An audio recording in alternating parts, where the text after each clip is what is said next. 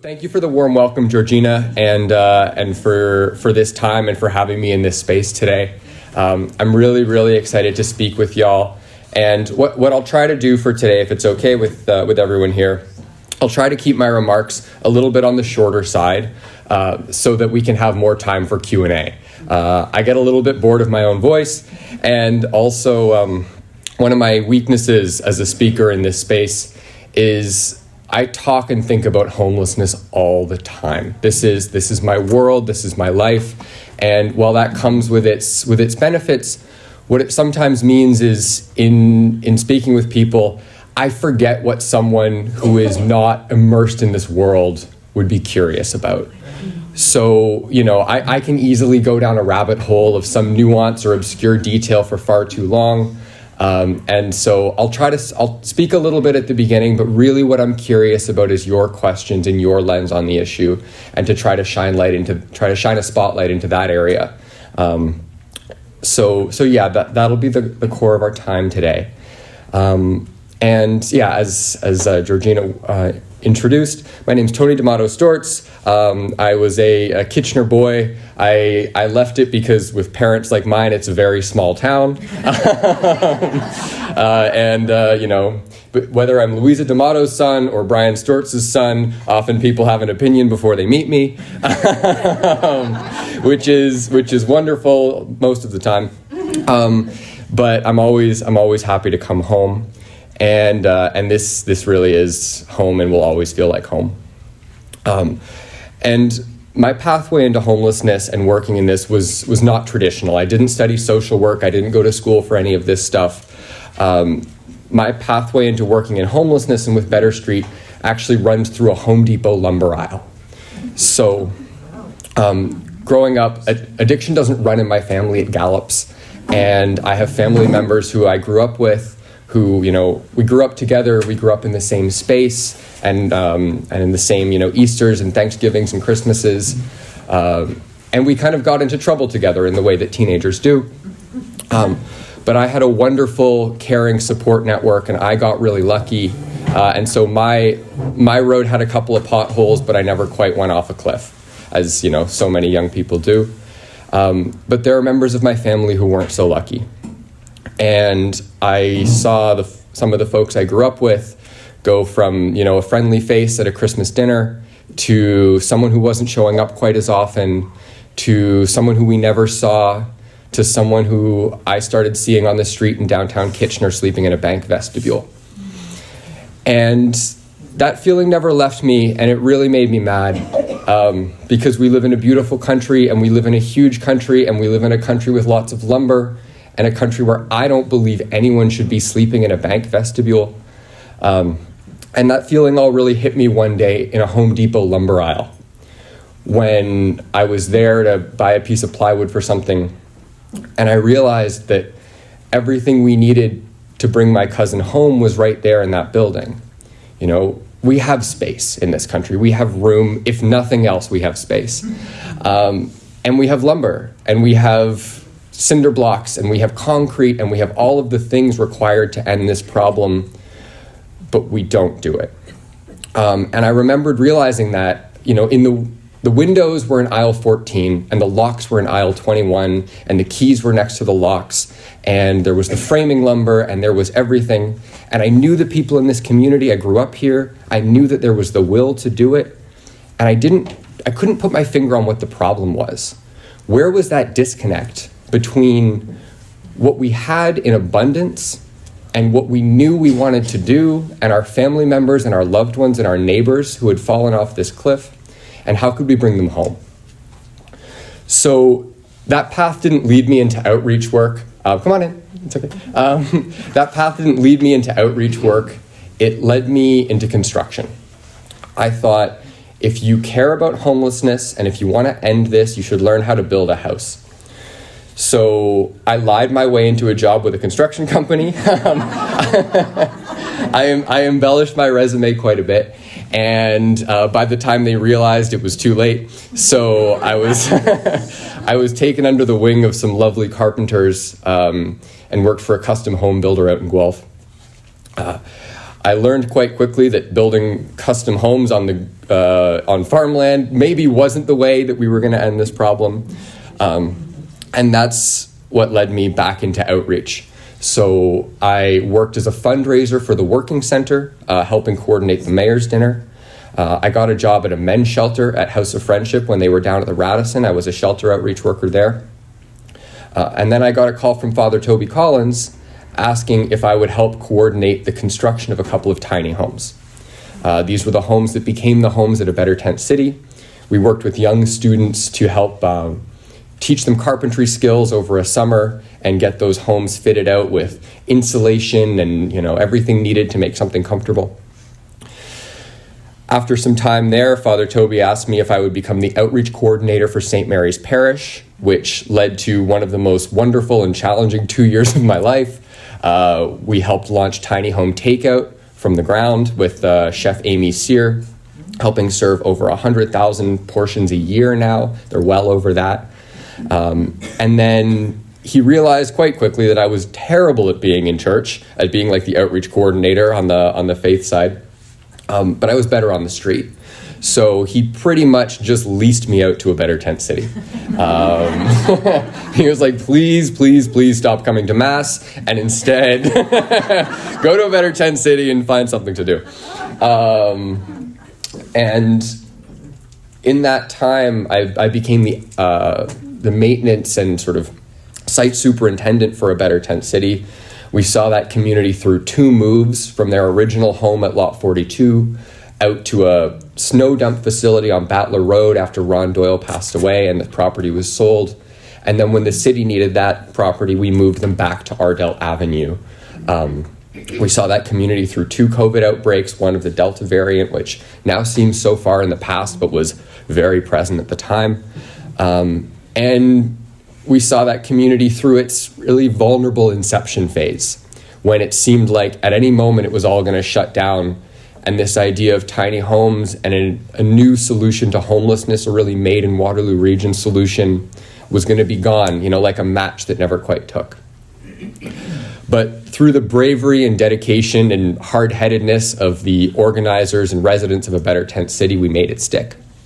And then after some time there, I really fell in love with tiny homes and with this idea of doing things differently when it comes to homelessness. But I wanted to take it a little bit farther.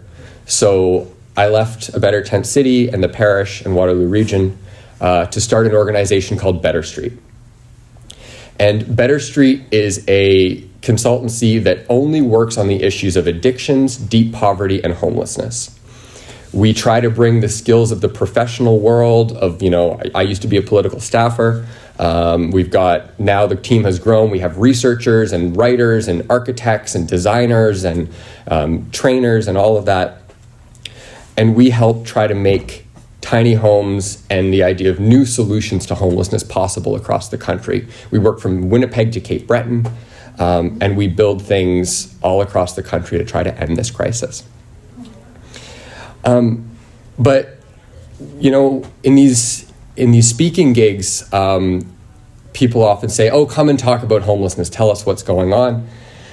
And the statistics around this problem are depressing. I'll give you a few, but it often becomes just miles to Pluto. It's numbers so unimaginable and suffering so real that we can't really fathom it on a morning gathering like this. So instead of talking in too much detail about homelessness, I'd like to talk to you about another side of the country. I often think, after so much time in this work, that we don't live in one Canada, we live in 2 Canadas. There is the Canada of those with keys, and there is the Canada of those without keys.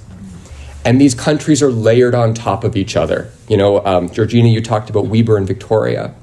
There is the Weber and Victoria of the condos and Google and the Kaufman lofts and those beautiful homes by the library. And there is the Weber and Victoria of tarps and tents and people walking down trying to guard themselves from the wind and the snow. To me, this is not one country, this is 2 countries. And there's a citizenship card to our version of Canada, and it's something you all have in your pockets already. It's your house key. Your house key is the most expensive and important thing you own. And if you have a house key, you have your travel documents, you have your papers for the Canada of Keys. And if you do not have a house key, you do not have those papers, and you will live a very different life. So I'm obsessed with symbols, and I think that the key is the most pressing symbol in our society right now.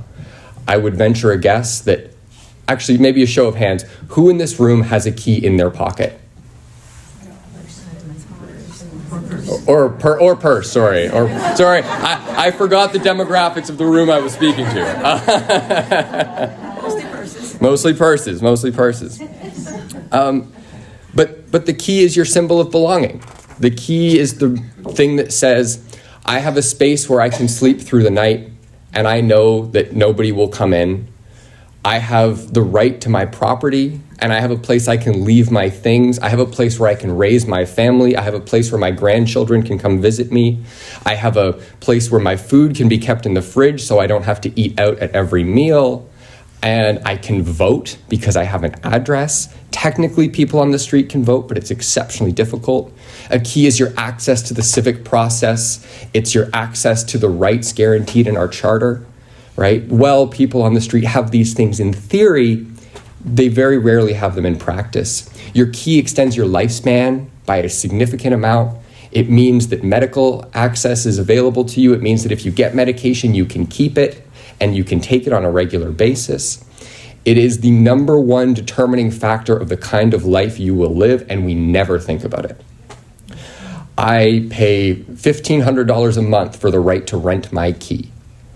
And I would, if everything else in my life went down, I would go into debt to keep my key, because my key is my citizenship document to the Canada of Keys. And, when we walk into a room and I say, hi, nice to meet you, I'm a consultant from Toronto, most people turn green and they immediately want to punch me in the face. But what I think is a more accurate guide of what we do is, hi, nice to meet you, I'm a tour guide to the other Canada. I'm someone who can walk with you into the land without keys and introduce you to some people there. And then we can talk about it afterwards in a way that's not too overwhelming and not too scary. So briefly, I'll talk about how people lose their keys and how do you enter this second Canada? What's the border crossing? What does it look like to lose that travel document? And the best analogy I can think of for this is something I call the whirlpool and the cliff.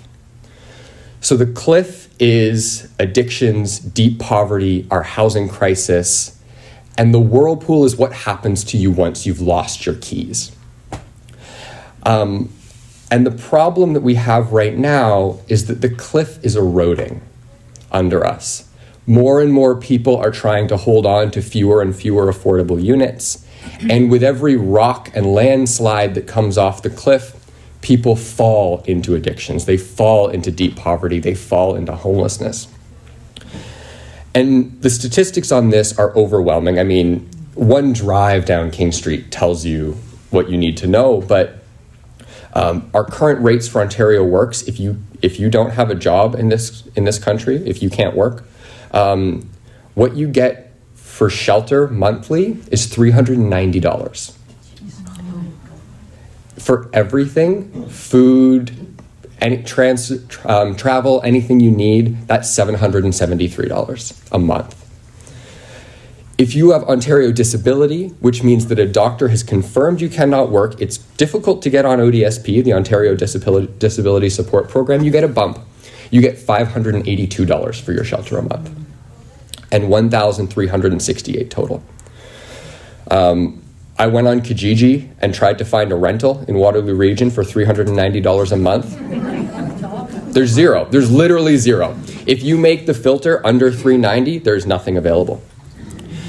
If you bring the filter up to $582, you can get a shared room. And by this, I don't mean you live with roommates like in a sitcom. I mean you are sharing a bed in a room with someone. It's a system that will manufacture homelessness for as long as we allow it to continue. If someone is on OW, Ontario Works, or Ontario Disability Support Program, without external supports in their life, it's a matter of time before that person falls off the cliff and into the whirlpool.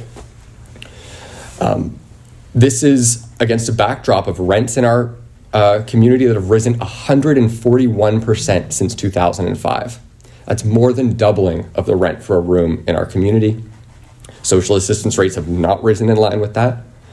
And rent is not the only cost. The folks who are in food insecurity, it used to be 1 in 8 in 2022, or it used to be 1 in 14 in 2022. Now it's 1 in 8. That's a doubling. And, any walk down a grocery store aisle, you see that, right? You see that rise in food costs. You see that rise in rent. And the folks who are using the food bank and in food insecurity, 30% are under 18, 30% are on disability or on social assistance, and the rest are people who are working but just can't afford it anymore. So all this is really, for me, driven by the rise in housing prices. And it was this phenomenon where a part of our society had their worth increase a lot and kind of, did very well off this rising of the housing market, and a whole other group of people were locked out. For me, I run a business, I work a lot, I don't even think about buying a home. It is an impossible thing to even consider. It also shows the other rifts in our society. 12% of the people on the wait list for housing are Indigenous. That is way more than it is in the broader community. So this division between the two Canadas, it's one that reinforces the problems that we already had, but makes them more so. And so that's the cliff, right? This erosion of affordability, this lack of stability for people on the edge of our spectrum. And once someone falls off the cliff, once they fall into the whirlpool, a whole other series of things starts to happen. There is the overwhelmed emergency supports. Our shelters are full, our drop-ins are full, there's less and less spaces available. So if you find yourself in that situation, something that could be a quick bounce in and bounce out, it's not so simple because those programs don't exist at the scale that we need them to. So, and then that compounds into an erosion of your health. You spend time on the street, you get injured, you get frostbite, mental health conditions that you had before are exacerbated by lack of sleep. You may start using in order to ease the pain or to get through the night, and the toxic drug supply will hit like a freight train. And then there's fewer and fewer paths to stability. We're not building the supportive and affordable housing we need. Our economy has moved in a way where many of the jobs require really skilled training. That's, the factory jobs where you could come in, and if you were willing to work and if you were willing to show up on time, you could have a middle-class living. They don't exist in the same way. And these things lead into each other. So there aren't the emergency support, so you spend time on the street eroding your health. That health makes it harder to access those pathways to stability. So you keep relying on the emergency supports. So you keep taking those spaces from other people who are falling in. So more people spend time in that space of eroding their health. So that path to stability gets narrower and narrower, and the emergency supports get more and more full. And this is why I call it a whirlpool, because it spins and it spins and it spins and it spins. And for those of us who have lost people we love to the street, you see that. You see them on day 1, and then on day 40, and then on day 206, and then on day 973, and they change through that time, right? They change like any experience would change someone. And the farther you go down the whirlpool towards the bottom of this deep ocean, the harder it is for you to pull out. And the harder it is for us to pull the people we love out. And it seems in that space like a very bleak scene. And in many ways it is. But I am an optimist by nature, and in my time sort of stepping between these two Canadas, I've learned that there are people who bring me hope and who bring me forward in this space. And I call these people the divers.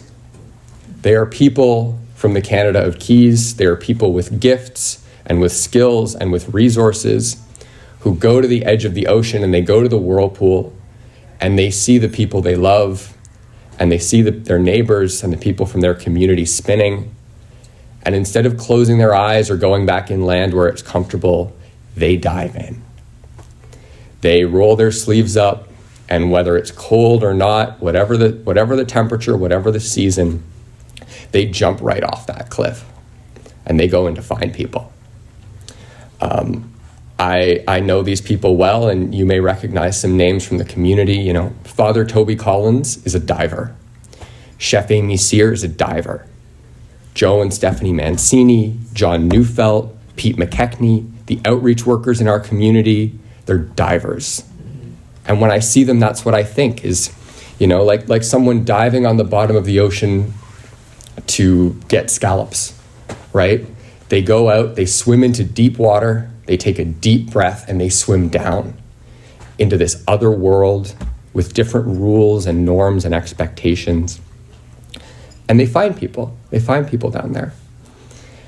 And sometimes those people are so accustomed to life underwater, they're so accustomed to that pressure, and they've been there so long, you can't just say, okay, come with me, let's go up.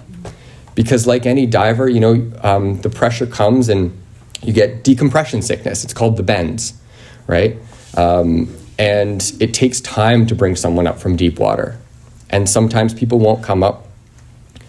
But if you're a diver, you go and you sit with them for a while. And, you know, you can go back up to the shore and you see their loved ones waiting by the water. And you can't tell them that they're okay, but you can bring them news, and you can share how they're doing. And you can tell the people at the bottom of the ocean that the Canada of Keys has not forgotten them, that their loved ones still care, that they're still there for them, and that when you find a pathway up from the water, you'll be back and you'll tell them about it. And not everyone is called to be a diver. It's a really hard job. It requires a certain temperament. It requires a lot. But we don't all need to be divers in this space, because the divers need a support team. The divers need people refilling oxygen tanks. They need people waiting on the shore with blankets when someone does come out from the deep. They need people reinforcing the cliff so that people stop falling. And they need resources to keep that diving program up and available. You know, there's nothing about this crisis that I believe was inevitable. There's nothing about it that I think had to happen. I think we built it. We created it with the way we decided housing was going to work in this country. We created it with the fact that we really stopped building in between the 70s and the 90s. We stopped building homes on the scales that we needed to. I think in many ways that was a deliberate choice to keep housing values high and to make sure that the housing value kept going up. I mean, you know, a regular home in Waterloo region shouldn't cost this much, you know, if we look at this cost. And it's become a system where some folks won a lottery and other people are clinging to the edge of the cliff. But as someone who used to be a diver, I'm not a diver anymore, not really. I know how important it is to have a support crew on land. To know that when you come up, you will have people saying, hey, how was the dive? What do you need for the next one? What can I get you? Is someone coming up soon? What can we do for them? How do we do it? Because the divers are just the tip of the spear, right? It's going to take all of us to undo this crisis in the same way it kind of took all of us to make it through our implicit decisions and what we allowed to happen in our country. And so I think there is a role for all of us in doing this. Not necessarily in being divers, but in seeing the divers for who they are, in trying to reinforce the cliff, and in bringing some of the gifts that were brought to us, whether that's gifts of parents who kept you in the public realm since you were 2 years old, or, you know, the assets that appreciated, our housing assets that have gone up massively since we bought them, any of those things. These are gifts, and these are resources that can be brought to the divers and can be brought to slow the whirlpool, to stop the erosion of the cliff, and to end this rising tide that we're seeing at Weber and Victoria and at a Better Tent City. I mean, if I think about what a Better Tent City really is, I talked about those people at the shoreline with blankets. That's a better tent city. When people come out of a tent, if they're just so discombobulated by the world of housing and, bringing out your garbage on Wednesdays and shoveling the snow and how do I deal with my neighbors and all these things, Nadine Green is there with a blanket, right? And she is a welcome back into the world of housing. If this is a bit of a shock to you, here's a tiny home. Let's get you used to it. Let's give you a couple years to reacclimatize to this, and then let's move you forward. But in the political climate that we're in, the resources for these spaces are drying up. There's less and less willingness to care for each other. In the pandemic, there was a bit of a spike around 2020 where we believed that through collective action, we could do this. And, if we weren't all in the same boat, we were all in the same storm. But unfortunately, I've seen that fading over the last few years. And I've seen the divers that I know going farther and farther with less and less. And it's hard to see in a community with so much abundance and in a country with so much space and so much lumber that we have these challenges, but we do. So what I'll challenge you folks to do today, and I'm almost done, but is to consider what does it mean to support the divers? And what does it mean to reinforce the cliff? And what does it mean to say, you know what, right now we live in two Canadas, but we are one nation. We are one country. And a country that allows this kind of place like Weber and Victoria to exist is a country that has really split itself in two. It is said that some of us matter more than others, that some of us have access to the charter rights, some of us have access to a warm place in the winter and a cool place in the summer, and some of us don't. And I carry a key with me wherever I go. It's this one. Because every time I come in and out of my home, I pull out my symbols of power. I pull out my keys, the most expensive thing I own.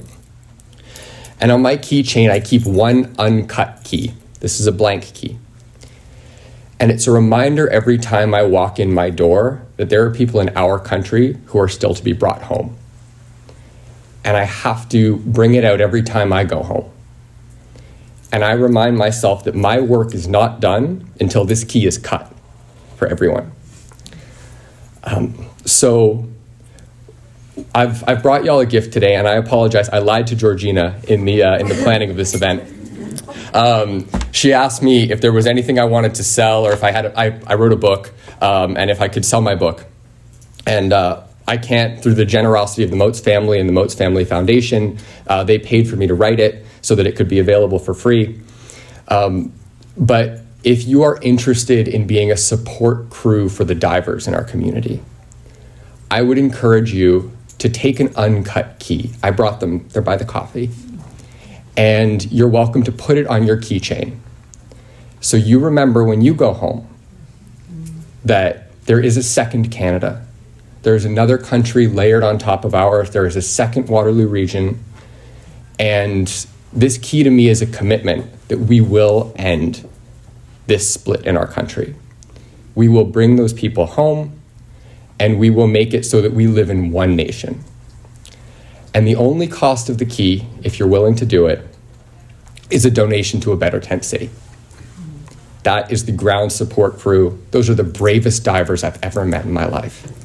I see my work as an extension of their work, and I won't be checking, but I would encourage and welcome you to take a key off of that table and compound it with a donation to a better tent city. There's an online link, or you can reach out to Father Toby Collins.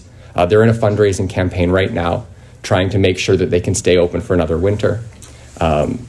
Because I'm so impressed at the bravery of our divers. I don't believe the cliff should be eroding. And for me, this key is a symbol that it can end. And on the day when it does, when we open the Record or the Globe and Mail and we see the headline that homelessness has been eradicated in Canada, I want to throw a big party and we can all throw our keys in the garbage. because we're done. But until then, I'm going to keep carrying this key, and I would encourage you to as well. Thank you guys so much.